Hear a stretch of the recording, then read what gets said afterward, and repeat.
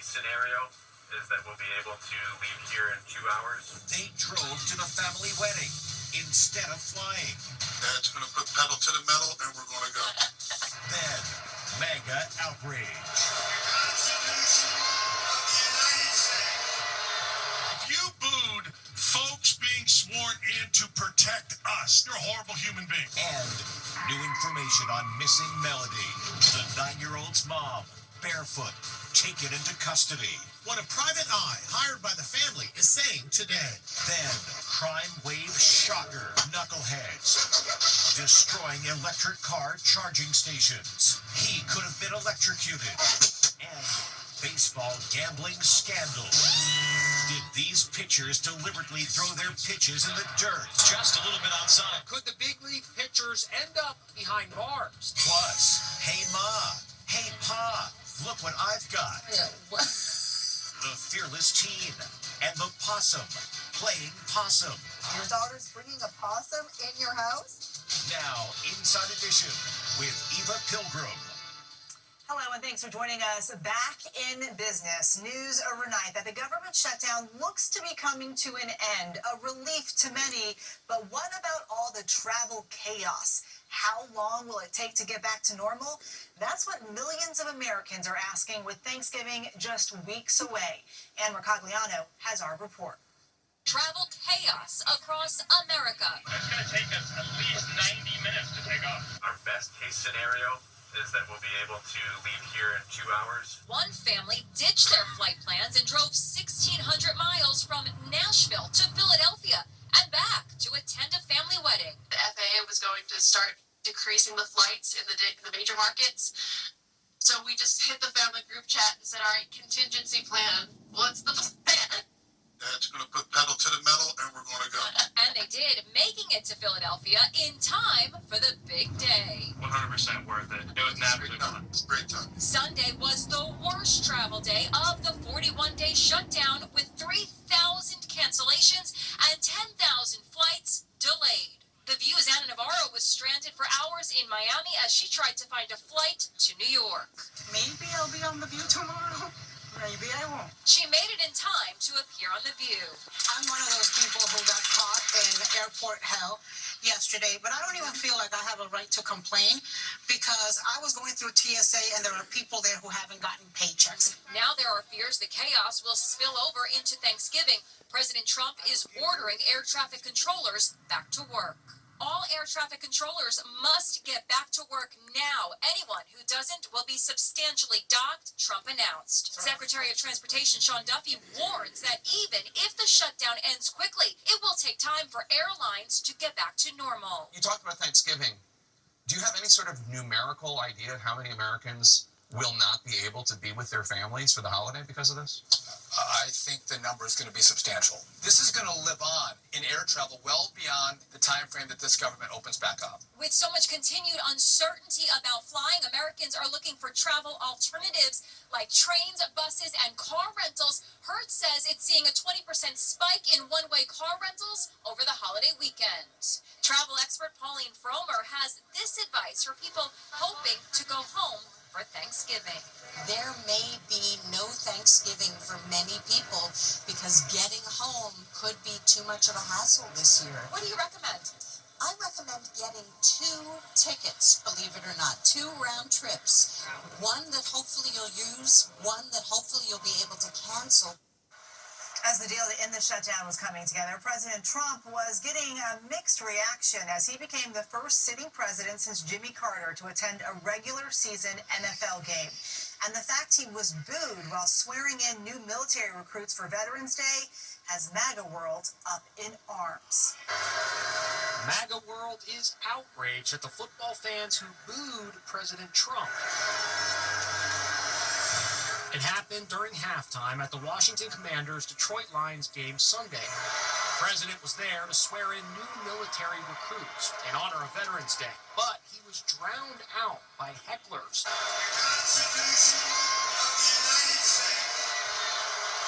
The recruits stood on the field at attention, their arms raised, ignoring the boos.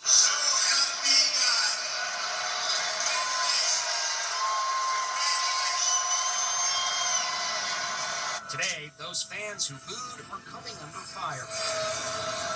If you booed folks being sworn in to protect us, to give of themselves to us, you're a horrible human being. The president did get some love at the game. Lions touchdown! Detroit Lions wide receiver Amon-Ra St. Brown celebrated his touchdown by pointing to the president's suite and doing Trump's signature dance move. And check out this jaw-dropping moment. It's Air Force One flying over the stadium. Here's what it looked like from inside the plane, a spectacular bird's-eye view. Now, the frantic search for a little girl. We've been following the disappearance of 9-year-old Melody, who was last seen on a road trip with her mother. Now, there are new developments as the mom is placed under arrest. As Jim Array reports, the question being asked, is Melody still alive? Arrested. The mother of missing 9-year-old Melody is taken into custody, barefoot and handcuffed, in a case that's gripping America. Little Melody went missing after cops say her mother, Ashley Buzzard, disguised the little girl in a wig and rented a car in Lompoc, California, taking Melody on a cross-country road trip. Police believe the mother and daughter traveled as far as Nebraska with a return trip that included Kansas, 3,000 miles in 3 days. Authorities say the last confirmed sighting of Melody is October 9th at the Colorado-Utah border. Now the entire nation wants to know, is Melody still alive after her mother Ashley was arrested and hauled off to a Santa Barbara County jail? The charge is false imprisonment. Police say it's unrelated to Melody's disappearance. This is unrelated to the ongoing missing person case, and it is separate. However, we're not sharing kind of a full story about what that incident was because we do have the ongoing missing person investigation. Is it believed that Melody is still alive? We are still searching to try to find Melody and ensure her safety. This is video of Ashley Buzzard stepping out of a taxi 2 weeks ago at her home when she was confronted by a private investigator hired by Melody's aunt. Hey, Ashley. Bill Garcia is the private eye. She kind of mumbled through the conversation as I followed her to the front door. It was pretty minimal, but in that period, I was able to note that she had some type of an issue, I think both emotionally and maybe psychologically. Garcia also worked on the case of Sherry Papini, who faked her own kidnapping. There are some aspects to this case that you said it's even more strange than the Sherry Papini case. In Sherry's case, it was a desire, I believe, of her wanting to disappear for a while. In this case, we have a young child who really didn't have a choice of what she wanted to do. The mother's first court appearance is expected later this week. Meet the Possum Girl. This teen blowing up social media for casually picking up a giant possum and nonchalantly presenting it to her parents. Allison Hall asked her how she stayed cool as a cucumber. Have you ever seen anything like this? This fearless teen holds a wild possum up by the scruff of its neck and brings it into the house to show her parents. The possum does what possums do. He plays possum, meaning pretending to be dead. It's a natural defense mechanism the critters use when they feel threatened. Talia Lehman shot this video when she found the possum in the family garage outside Joplin, Missouri, and brought him inside. Look at those teeth. I looked up and I thought there was a pillow laying on top of the tub, and I was like, I want to get it closer. Like, and I looked and he was just curled up and sick. Her mom posted the videos writing, anyone else's daughter bring a possum into your room at 10 p.m.? Nope, just ours. Okay. I spoke to the family today. You weren't scared that the possum was going to bite you? No, I've had them get close to biting me, but they never actually bit me. Brittany Brandon, what did you think of that? Your daughter's bringing a possum in your house? We're like, what? And then it was just funny. I was like, let me record this because her standing at the doorway holding that possum looked so funny. She's always loved animals, been very good with animals. What? Talia released that possum back into the wild. Experts say if you find a possum, don't pick it up, though contracting rabies from a possum is much lower than other critters.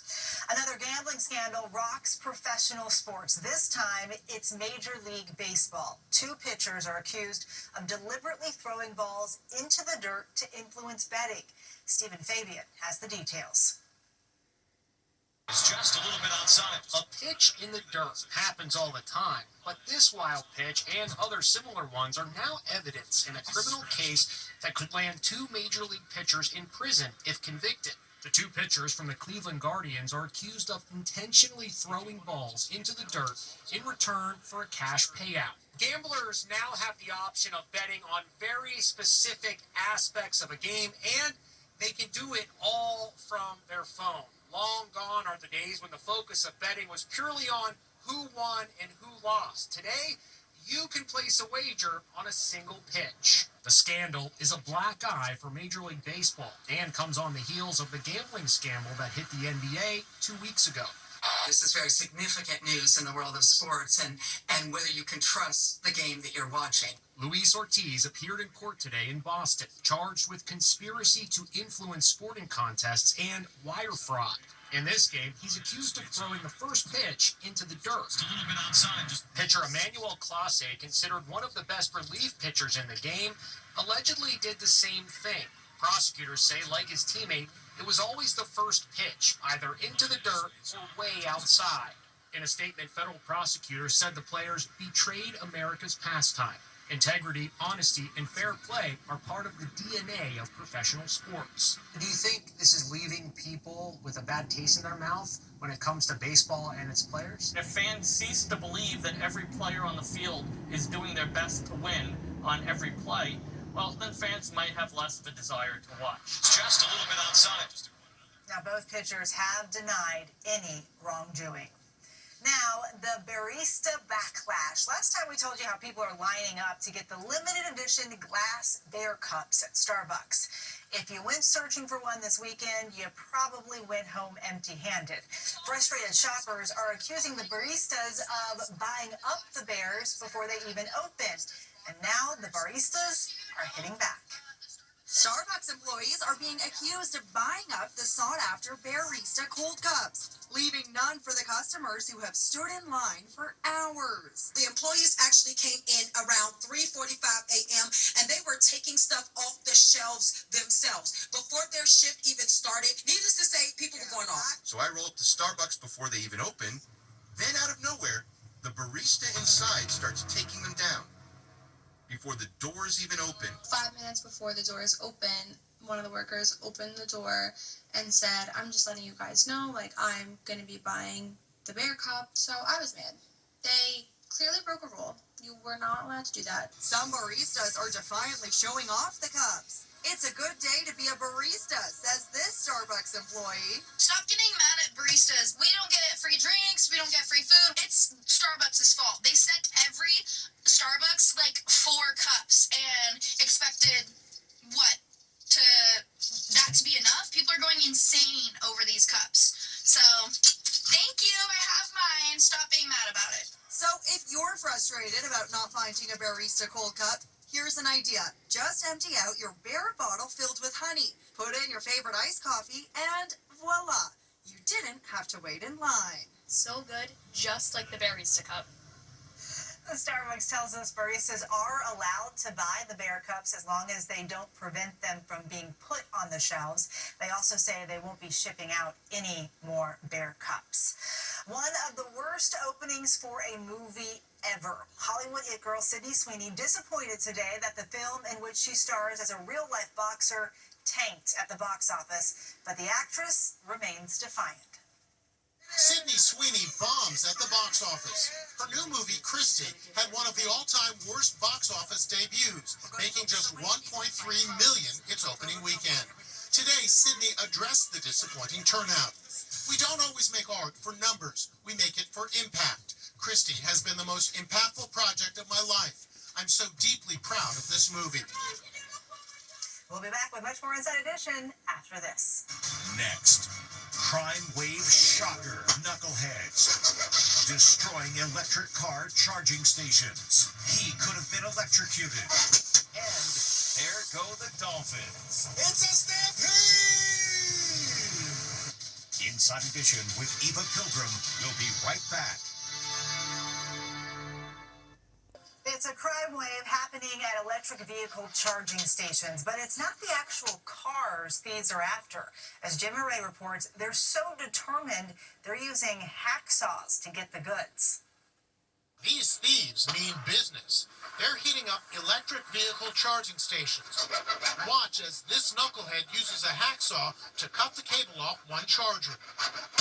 Sparks fly, followed by a small explosion. He could have been electrocuted. At this charging station, just check out all the damage. Vandals hit every single pump just to get all that copper wire. They're left useless. It takes just minutes for the thugs to snip the cables and take off with the copper wires, causing a major inconvenience for motorists needing to charge their cars. At this location in downtown Los Angeles, 26 charging stations have been vandalized. And it's not the first time. Roughly $20,000 worth of damage for likely less than $100 worth of copper. This is an attack on transportation. Eric Ohana's charging stations have been hit multiple times. Why would somebody vandalize one of these charging stations? So they're typically harvesting copper within the cable. There's a few dollars worth of cable in the copper within the cable that they're, scrapping and getting money for. This station has been targeted so many times, he says it just doesn't pay to keep repairing it. The issue is we can replace them, and within a few hours, again, they'll be cut again. Charging station owners are now investing in more security cameras to help prevent more thefts. We'll be back with more Inside Edition after this. Still to come, there go the Dolphins. It's a stampede!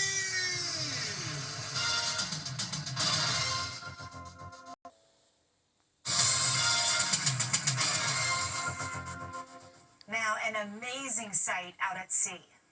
It's a stampede! It certainly is. A pod of as many as 7,000 dolphins creates a breathtaking sight near San Diego. Tourists were out looking for whales when a dolphin stampede stole the show. Now, Megan Alexander with today's Inside Deals. Megan, finally, a very cuddly gift. This little guy can't wait to open up his birthday gift. It's a stuffed dog. You like it? Yeah, I love it. What's that say? Teddy, you like that? The birthday boy's thrilled, but Dad's got a bigger surprise. Don't you think it's better if it was a real dog, though? Yeah. Yeah. One more present for you, buddy. Open it. Way to go, Dad. Happy birthday, Logan. I think he likes it. We'll see you next time.